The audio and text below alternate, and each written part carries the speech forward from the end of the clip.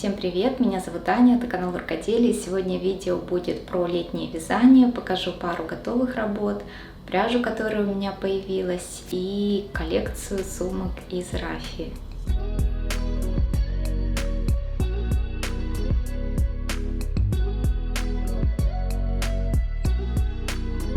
И давайте начнем с топа, который мельком я уже показывала в предыдущем видео, вот такой филейной техники и с таким цветочным узором, который расположен на спинке. По моей задумке это именно спинка. Схему этого узора можно найти в моем телеграм-канале. У меня было два мотка пряжи Анна 16 от Siam, которые уже очень долго ждали своей реализации. И с помощью крючка номер 2 и моего усердия получился вот такой топ. Не сказать, что он прямо сложно вяжется, нет, довольно просто. Я начинала вязать снизу вверх, двигаясь по схеме и постепенно раскрывая такой узор. Далее формировала проймы и горловину. Перед вяжется аналогично, только здесь преимущественно сетка и небольшой элемент в виде детали, повторяющей деталь на спинке. И перед и спинка сшиты только по плечевым швам, горловина и проймы, и весь периметр топом я обвязала столбиками с накидом. А по бокам здесь такие элементы в виде шнуровки, которые позволяют топу быть вариативным в носке. Вариант соединения стык-стык, как здесь, позволяет носить изделия на топы, неширокие рубашки, то есть в качестве верхнего слоя, как манишку. Также можно увеличить расстояние между этими полотнами переда и спинки и носить на более широкие рубашки, например. Вариантов шнурования также очень много, большое количество здесь пустых клеточек дает такую возможность, и расстояние между перехлестами также можно увеличивать или уменьшать. Можно зашнуровывать до конца или оставлять небольшой разрез или же большой. Можно сделать, например, два небольших шнурочка и зафиксировать в двух местах, сверху, например, и посередине. Также при ношении только на белье я шнурую так, накладывая перед на спинку и как бы прошивая два полотна шнурком. В данном случае вот здесь таким крестиком. И такой топ-трансформер получился, то есть его можно носить в качестве первого слоя в жаркую погоду, надевая на белье телесного цвета, или же носить в качестве второго слоя в более прохладную погоду. Но в этом случае, на мой взгляд, первый слой должен быть контрастным и однотонным, чтобы в полной мере раскрыть узор на спинке. Также допускаю вариант ношения вот этого узора спереди, но в данном случае, именно в моем топе, вот этот элемент в виде веточки по спинке был бы лишним. Но если провязать полностью полотно сеточкой, то тогда топ приобрел бы еще больше вариантов использования. Но не все так радужно. В моем случае еще один есть момент. Здесь есть пройма, округление для проймы, и в случае, если первый слой имеет довольно широкие рукава и, соответственно, проймы, то рукава некрасиво вот здесь собираются. Поэтому мой топ больше подходит для не широких рубашек или либо прилегающих вариантов. Но если бы я хотела носить именно на очень широкие рубашки, я бы просто сделала полотно без формирования этих пройм и шнуровку бы сделала более свободную. Также, если бы я хотела сделать исключительно топ, тогда бы пройму я сделала чуть меньше. В данном случае я накладываю для того, чтобы не было видно белья. Пройму бы я уменьшила и прошила боковые швы. Но мне хотелось сохранить именно возможность разного использования этого топа, поэтому здесь добавлены шнуровки, здесь добавлено такое углубление небольшое по переду, но все-таки чаще я его буду носить в качестве второго слоя, я думаю, когда уже будет чуть попрохладнее, потому что сейчас я могу его носить только так. И я надела сейчас топ на рубашку, конечно, она немножко широковата, но хотелось продемонстрировать узор в полной мере, во-первых.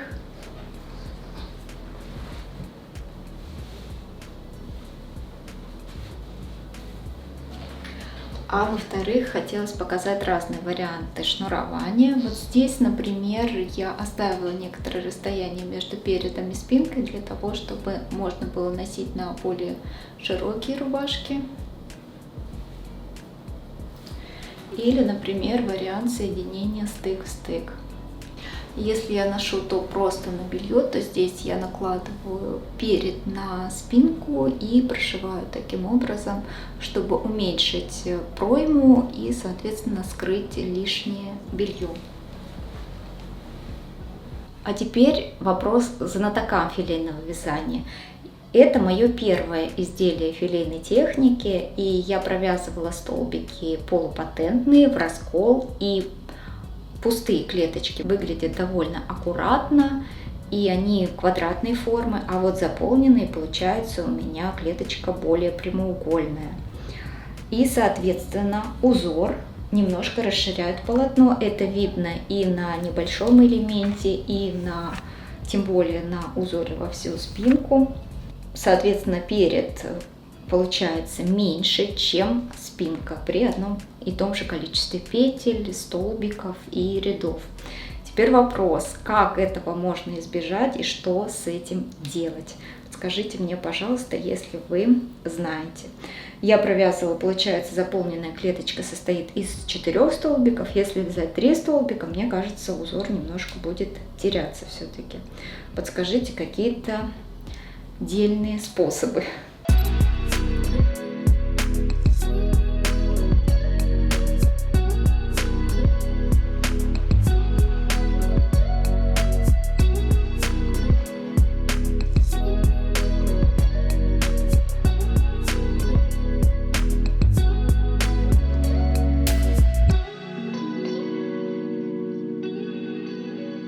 И прежде чем мы посмотрим следующее изделие, я расскажу небольшую предысторию. Мы в очередной раз были в Москве, и, кстати, мы регулярно бываем в Москве, как минимум раз в год, месяц, 2, а то и 3 месяца, преимущественно в летний период. Но в данный момент мы находимся в Испании, город Валенсия. Я надеюсь, что я закрыла большую часть вопросов относительно нашего местонахождения. И в Москве у меня есть пряжа, которую я бы тоже хотела как-то реализовывать. И среди прочих мотков я отбирала себе для вязания крючком, потому что планирую создавать какие-то салфеточки, скатерти, возможно, ну, по крайней мере, дорожки на стол, о чем я говорила в прошлом видео. И среди прочих моточков я нашла пряжу Коко от Vita Cotton в количестве 3 мотков. И хотелось создать что-то, не докупая больше ничего. И крючком номер 2 я начала вязать цветочные мотивы, которые потом постепенно соединяла. То есть в процессе провязывания, еще до конца не определившись с тем, что это будет. Какая-то салфетка или какая-то дорожка на стол, или же какое-то плечевое изделие. Но постепенно полотно прирастало, я прикладывала к себе и решила, что все-таки это будет топ. И вот что у меня получилось. Топ с цветочными мотивами. Подобные топы сейчас популярны, но именно с такими цветочками я не встречала. Здесь 8 лепесточков у каждого цветка. И изначально я не планировала никак обрабатывать ни пройму, ни горловину, но мои цветы получились довольно крупными. То есть диаметр здесь получается около 7 сантиметров. И, например, в области подмышечной впадины цветы немножко закручивались и топорщились. Это выглядело как минимум неаккуратно и неопрятно. И кроме того, цветы на бретелях, они очень сильно вытягивались под весом полотна. Поэтому я добавила здесь обработку в виде столбиков с накидом, предварительно соединив все лепесточки воздушными петельками. Но изначально эта обработка получалась угловатой, поэтому некоторые цветы мне пришлось немножко модифицировать для более плавного округления проймы и горловины. Усеченными оказались вот эти 3 цветка, а у горловины вот эти 2. Перевязывала я, конечно, несколько раз, пока не добилась нужного результата. В итоге в пройме мне нравится, а вот по горловине как будто можно было бы еще доработать. Но я понимаю, что перфекционизм не имеет никаких пределов, и так можно исправлять все до бесконечности. Но если я буду повторять подобный топ, то я уже учту эти моменты. Честно говоря, мне приходилось вязать какими-то фрагментами, постепенно соединяя с разных концов эти цветы, поскольку в пряже я была ограничена, повторюсь. И проймы я уже вязала из остаточков, которые освобождались от перевязывания цветов. Низ я не планировала никак обрабатывать изначально, но хотелось бы его немножко стабилизировать. Мне нравится, что он получился вот такой волнистый и пряжей уже другой. К сожалению, я просто прошлась тамбурным швом. Сам топ я вязала не снизу, тогда бы край был именно таким ровным, а вязала вот такими вертикальными полосами, постепенно пришивая каждый цветочек, начиная вот с этих 2 основополагающих полос из 12 цветочков, то есть по 6 на перед и на спинку. Дальше я двигалась уже к центру и по бокам. В центре здесь ряды по 4 цветочка и по бокам здесь по 3 цветочка. Всего в итоге у меня получилось 66 цветов, считая и вот эти вот усеченные.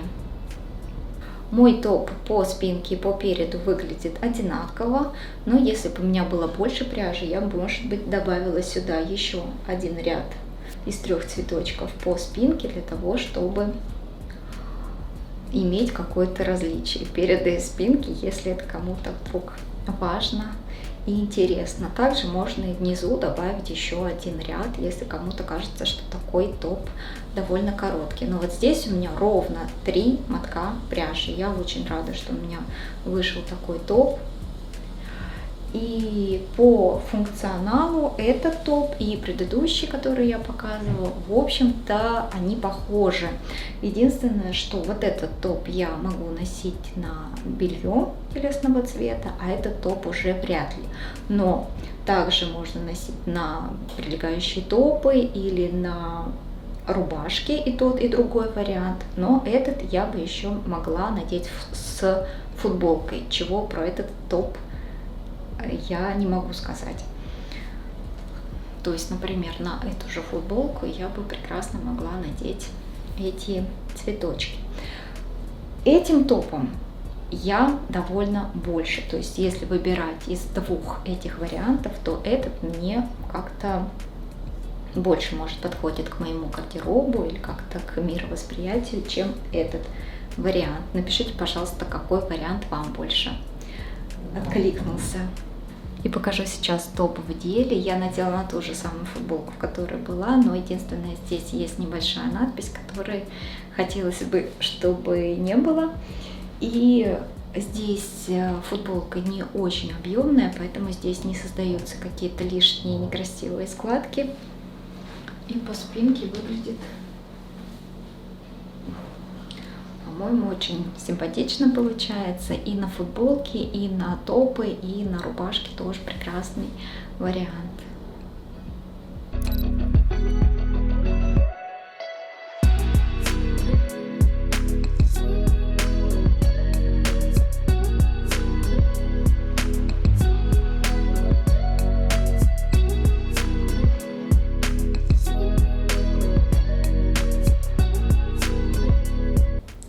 снова здравствуйте! Сегодняшнее подключение будет про пряжу, которая появилась у меня в большом количестве, как мне кажется. Что-то я привезла из своих же запасов из Москвы, что-то приобрела, что-то получила в подарок. В общем, сейчас все посмотрим. Давайте начнем с тех запасов, которые у меня были. И поскольку сейчас я планирую вязать какие-то интерьерные вещи, салфетки тоненькие, то я взяла вот эту пряжу Пеликан от бренда Vita Cotton. Это тот же самый бренд, из которого я вязала вот этот топ, только другой артикул. Эта пряжа немножко тоньше, здесь 330 метров в 50 граммах, и это хлопок двойной мерсеризации. У меня в двух цветах, белый и черный. Черного у меня 4 мотка, и белого, по-моему, 7 полных мотков есть, и небольшой остаток. Буду вязать что-то ажурное, я так думаю, крючком тонким. Также у меня была пряжа вот такая Тессора от бренда Ilaria. Это итальянский бренд, здесь 150 метров в 50 граммах, и это уже мягкий хлопок, то есть для крючка он будет, наверное, сложноват в вязании. Всего у меня 2 мотка, но я думаю, что на какую-то косыночку или фарточек или что-нибудь ажурное должно хватить. Далее я приобрела уже вот такие 2 мотка розового цвета. В последнее время как-то меня стал привлекать этот цвет. Это пряжа Анна 16 от бренда Siam. Цвет 318, и здесь 530 метров в 100 граммах. 2 мотков мне хватит на какой-то ажурный топ. Кстати, топ филейной техники я вязала именно из этой пряжи, и там у меня как раз 2 мотка и понадобилось. Дальше, когда я приехала сюда, меня ждал такой большой моток пряжи, который я заказывала. Это пряжа Барокко Натураль от бренда Circolo.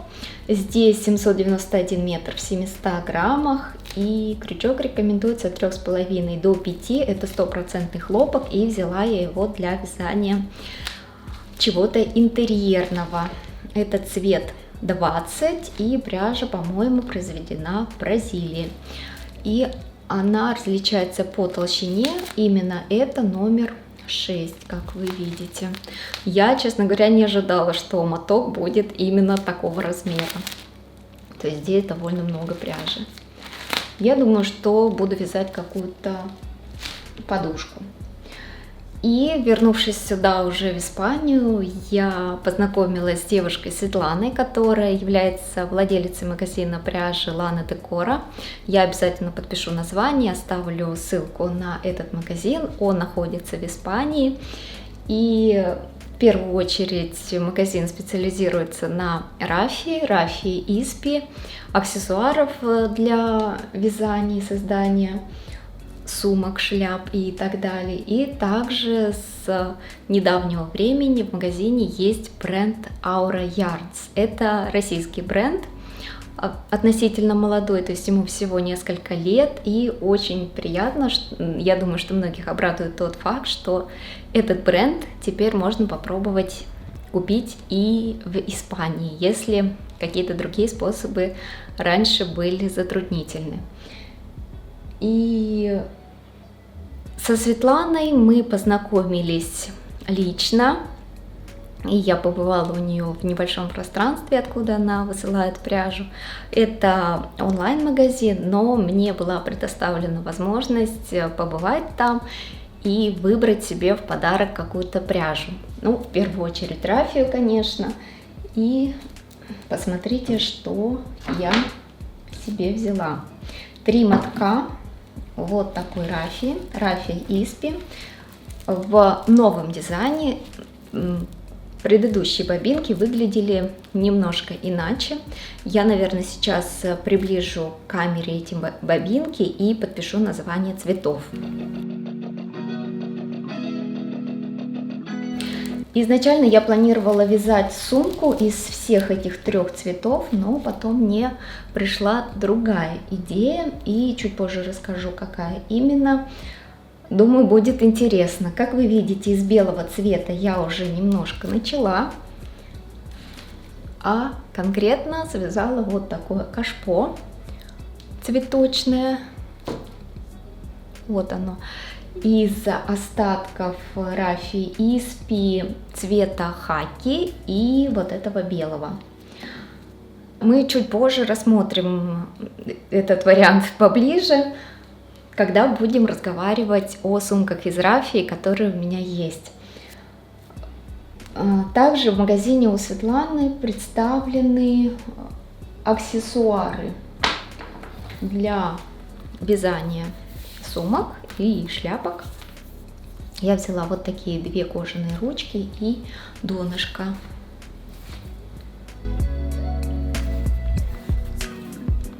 Помимо аксессуаров для создания изделий, есть аксессуары для вязания. Вот такая вот крутилка, держатель для пряжи, которая существенно облегчает вязание. То есть я вязала вот это вот кашпо из двух пряж. Одна у меня стояла на бобинке, а вторая просто находилась в небольшой емкости. Конечно, этот аксессуар, гаджет очень облегчает процесс. Помимо рафии, как я уже сказала, в магазине представлена пряжа бренда Aura Yarns. Частично я эту пряжу покупала еще в атмосфере, но цвета, который бы я хотела, не было тогда в наличии, поэтому в магазине Lana Decora он был. Это пряжа Levi. Здесь 70% вискозы и 30% льна и 175 метров в 50 граммах. У меня два цвета, вот этот цвет виски и икрю. Очень должно быть нежное пластичное полотно. Моточки сами такие маленькие, но метраж на самом деле довольно хороший. И еще я взяла себе на пробу новинку от этого бренда. Пряжа называется Jumanji. В двух цветах у меня также. Здесь 63% хлопка и 37% древесного волокна. Крючок или спицы рекомендуют от 4 до 4,5. Очень интересная позиция. Она на ощупь напоминает жесткий хлопок, что-то между хлопком и рафией, но не такой, как рафия Испи, а именно бумажной рафией. Но вязать из нее гораздо приятнее. Я вязала небольшой образец. Выглядит он так. Это полотно связано по кругу, и это вывязан ровно один моток, крючком, по-моему, 4,5 я вязала. Изначально я хотела сделать такую небольшую сумочку с небольшой затяжкой сверху, но сейчас у меня уже возникла другая идея, поэтому это пойдет в распуск. Вязать из нее было приятно, гораздо приятнее, чем из бумажной рафии. Поэтому я бы рассмотрела такую пряжу именно для вязания аксессуаров. Очень интересная позиция. Пряжа называется Jumanji. И сейчас я хочу показать сумки из рафии, которые у меня есть, которые я когда-либо вязала. Здесь почти все, но их немного на самом деле. И первое, с чего хочу начать, это вот такая сумочка-ведро, которую я уже, конечно, показывала, рассказывала о ней. Вязала я ее, как сейчас помню, в 2019 году, то есть уже больше 6 лет назад, и тем не менее эту сумку я по-прежнему использую. Да, это не сумка на каждый день, но иногда все-таки я ее выгуливаю. Она в таких нейтральных цветах, которые, в общем, подходят к моему довольно изменившемуся гардеробу сейчас. На какое-то время мы расставались с этой сумочкой, но вот сейчас я ее снова привезла из Москвы. Удачно она у меня получилась сразу, без каких-либо перевязов, сразу было набрано нужное количество петель, сразу связался этот узор. И единственное, что я ее вязала еще, когда мы отдыхали в отеле с дочкой, и Быстро я ее связала, и приехав уже в Москву, я вшила такой вот небольшой мешочек-подкладку на затяжке. Считаю эту сумку очень удачной и по-прежнему современной.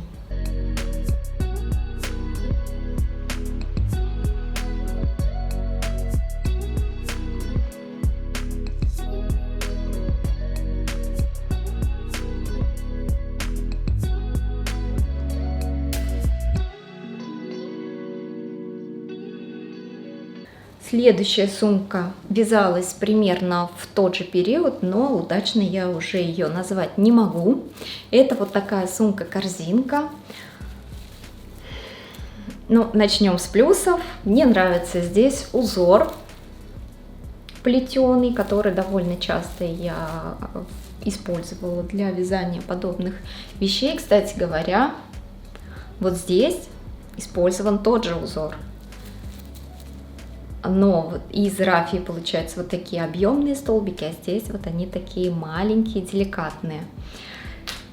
Что не так с этой сумкой? Ну, во-первых, как вы видите, здесь уже нет ручек, а они были. Эту сумку, кстати, я тоже показывала в том же видео, что и предыдущую сумку-ведерко.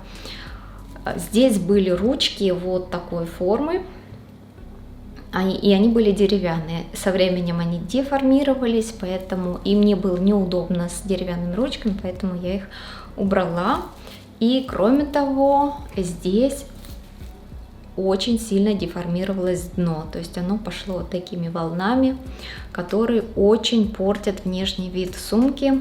Хотя вот это донышко и донышко для вот этой сумки я приобретала в одно время у одного и того же продавца. Это донышко выглядит, ну не сказать, что прям замечательно, все равно ножки здесь немножко потемнели со временем, но вот это вот дно стало вот таким вот спустя непродолжительное время. Эту сумку также оставалась у меня долгое время в Москве, и сейчас ее привезла скорее всего, на переработку. Несмотря на то, что здесь есть подкладка довольно удачно сшитая, с кармашком, здесь есть небольшая кнопочка для того, чтобы закрывать сумочку. Но из-за этого дна, конечно, я ее не хочу использовать.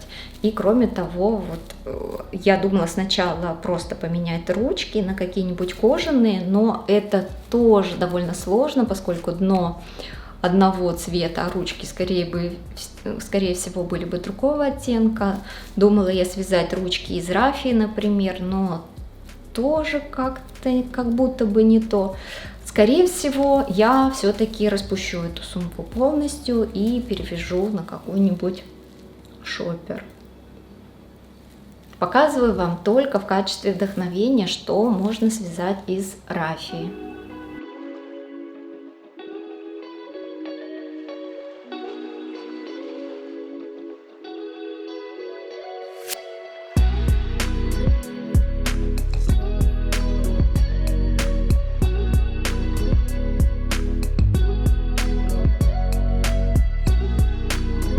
Следующая сумка, о которой я хочу поговорить, это вот такая небольшая. Связанная она из бумажной крученой рафии. Вернее, я ее вязала для большой сумки шопера, который тоже связан из этой же был пряжи, но он уже не доехал в многочисленных переездах, он был отдан, подарен, поэтому у меня сейчас есть только вот эта вот версия сумочки. Слушайте, на камере красиво как выглядит. Это сумочка мотивами, если я не сказала. Вот такая петелька еще у нее есть для того, чтобы носить ее как самостоятельную сумочку, но практически я так ее и не носила. Она служила мне в качестве дополнительной, в которую я клала всю необходимую мелочь и саму ее уже клала в свой большой шопер. Здесь есть молния и здесь есть подкладка, но я ее вязала, когда мы еще жили в Турции, и у меня не было швейной машинки, да и сейчас нету, честно говоря. и отдавала я ее в ателье для того, чтобы сделали подкладку, и это выглядит так неаккуратно и очень дешевит изделие, но переделать и сшить вручную, наверное, даже станет хуже, поэтому как есть. Близко вам не буду ее показывать, но издалека выглядит, по-моему, очень даже симпатично. Это бумажная рафия, повторюсь, и я бы использовала на замену вот эту вот пряжу Jumanji. Мне кажется, они по цветам даже очень схожи. Что-нибудь связать мотивами аналогичное было бы интереснее. Вот это вот вариант, конечно, гораздо приятнее и в работе, и в эксплуатации.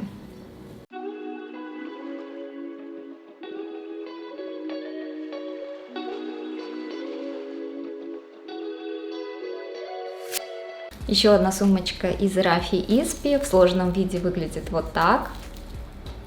И одним движением руки она превращается уже в такую полноценную сумочку, объемную, классную. Я вязала ее в прошлом году по описанию Анетта Handmade девушки и участвовала также в совместнике. Это пародия на довольно известную модель сумки, но здесь я использовала другие цвета, не так как в оригинале. Во-первых, те цвета, которые у меня были в остатках, и единственное, что черную бобиночку я открыла для этой сумки, чтобы добавить немножко контраста. И также легко сумка складывается. Очень удобно брать с собой в чемодан, например, складывать, она не деформируется, и хорошо вот в таком виде ее можно хранить. Подкладки здесь нет и не планируется, поскольку, мне кажется, подкладка бы препятствовала такому легкому складыванию и раскладыванию, и также терялся бы вот такой вот 3D эффект этой сумки, что мне очень нравится. Описание рекомендую, модель прекрасная, яркая. Сколько мотков пряжи, конечно, ушло, я не могу подсказать, потому что здесь в основном были остатки, повторюсь еще раз, от тех сумочек, которые я показывала ранее, но там в мастер-классе все подробно описано.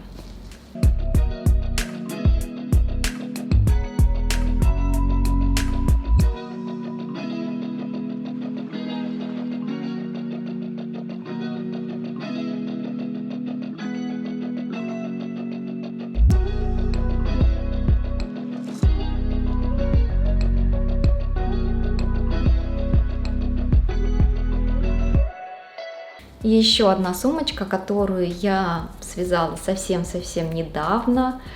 Вот так она выглядит. Я думаю, что вы наверняка ее уже видели. Многие ее сейчас вяжут по бесплатному мастер-классу на YouTube-канале девушки Аллы. Я обязательно оставлю ссылку на этот мастер-класс.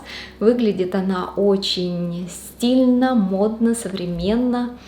Такая легенькая получается, уходит меньше одной бобинки. Единственное, что здесь я добавила еще пару рядов в высоту, поэтому у меня расход получился 80 граммов. В любом случае это меньше одной бобинки.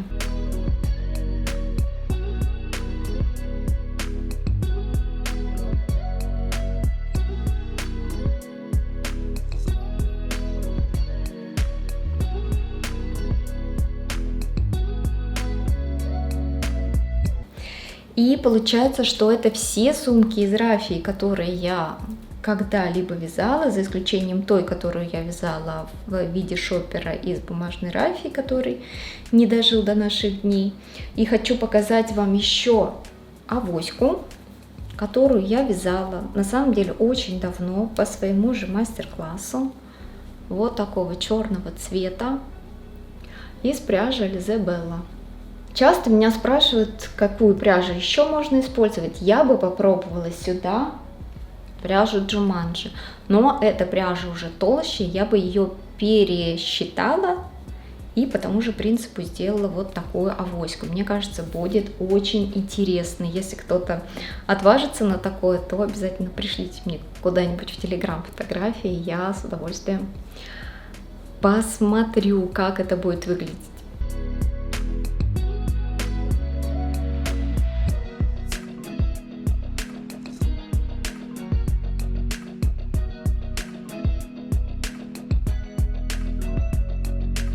И давайте поговорим об этом кашпо, которое получилось внезапно. Здесь я вязала вообще-то образец для вязания сумки, и у меня были остатки пряжи хаки, и белую я уже вязала из новой бобинки, и на такую высоту мне всего хватило. Эту схему я брала на просторах интернета, и там есть, конечно, продолжение, но вот насколько хватило. И я решила, что это будет кашпо для моих цветов, почему нет? Мне кажется, очень хорошо беленький горшочек туда поместился.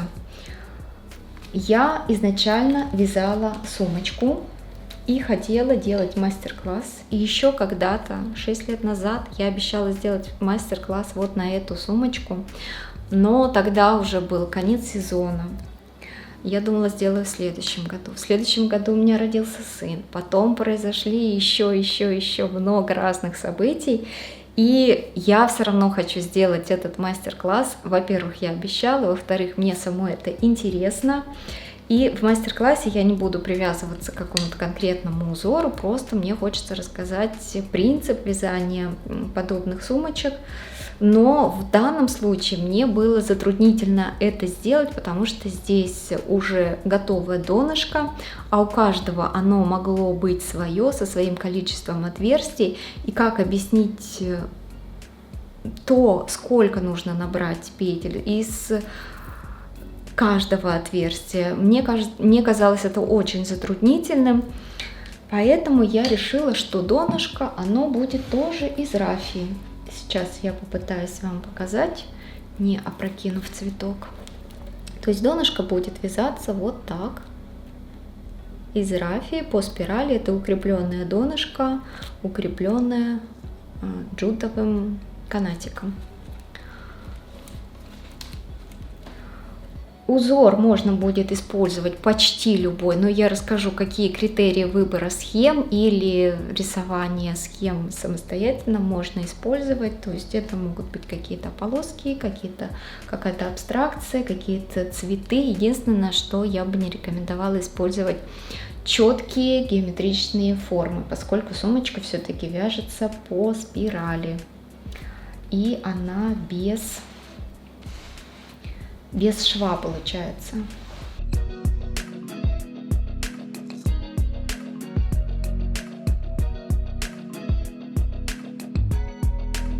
И так получилось, что это видео состоит из 2 разных фрагментов, но изначально я снимала влог, и я хотела больше делиться процессом создания изделия, а не просто готовым результатом, как я это делаю обычно. То есть, мне кажется, создается впечатление, когда я показываю то или иное изделие, что как будто бы я его таким и задумывала изначально. Но чаще всего это далеко не так. И я снимала много фрагментов и относительно этого топа и еще одного изделия, которое сейчас в процессе.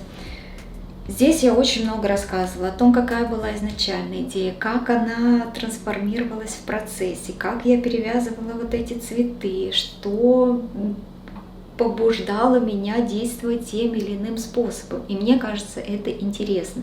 И мне самой нравится смотреть влоги, и поэтому я решила делиться этим больше. Но, к сожалению, те видеофрагменты, которые я сняла и уже переписала в видеоредактор, в котором я обычно монтирую видео, они не получились такими, какими они должны быть. То есть видеоредактор не воспринял их формат адекватно. Конвертировать видео в другой формат тоже не особо получилось. Вернее, получилось, но выглядело это как нечто переваренное, и мне бы не хотелось вставлять эти фрагменты сюда в видео с такой потерей качества. Поэтому, к сожалению, сегодня мы опять поговорили только о готовых результатах, но в дальнейшем я все-таки хочу попробовать такой формат. Напишите, пожалуйста, смотрите ли вы влоги, нравятся ли вам такие видео, или вам больше нравится, когда говорят уже о готовых итогах. И хочу показать вам процесс, о котором я упомянула, но о котором мы уже будем более подробно говорить в следующий раз, надеюсь, во влоге. Вот такой жилет или безрукавка в красивом зеленом цвете. И здесь вот такие довольно глубокие проймы. Но здесь будет еще обработка резинкой, такая же, как и по горловине. Расскажу уже, получается, снова запишу эти фрагменты о том, почему я начала вязать эту безрукавку и что меня побудило к этому. Но об этом будет уже в следующий раз. И, наверное, это все, о чем я хотела сегодня рассказать. Половину, как всегда, я, наверное, забыла упомянуть, о чем хотелось бы. Но не делаю я никаких записей в процессе создания изделий. Максимум, на что меня хватает, это записать пряжу, ее цвет, номер инструмента и расход. Все, больше никаких записей нет, именно поэтому я потом и не могу о них вспомнить, когда я рассказываю уже о готовых связанных изделиях. Но поскольку я планирую записывать процесс, то это гораздо будет интереснее, как мне кажется. Все. Если вам понравилось это видео, обязательно лайки, комментарии всегда приветствуются. Мне будет очень приятно. И увидимся с вами в других видео. Вяжите с удовольствием. Пока!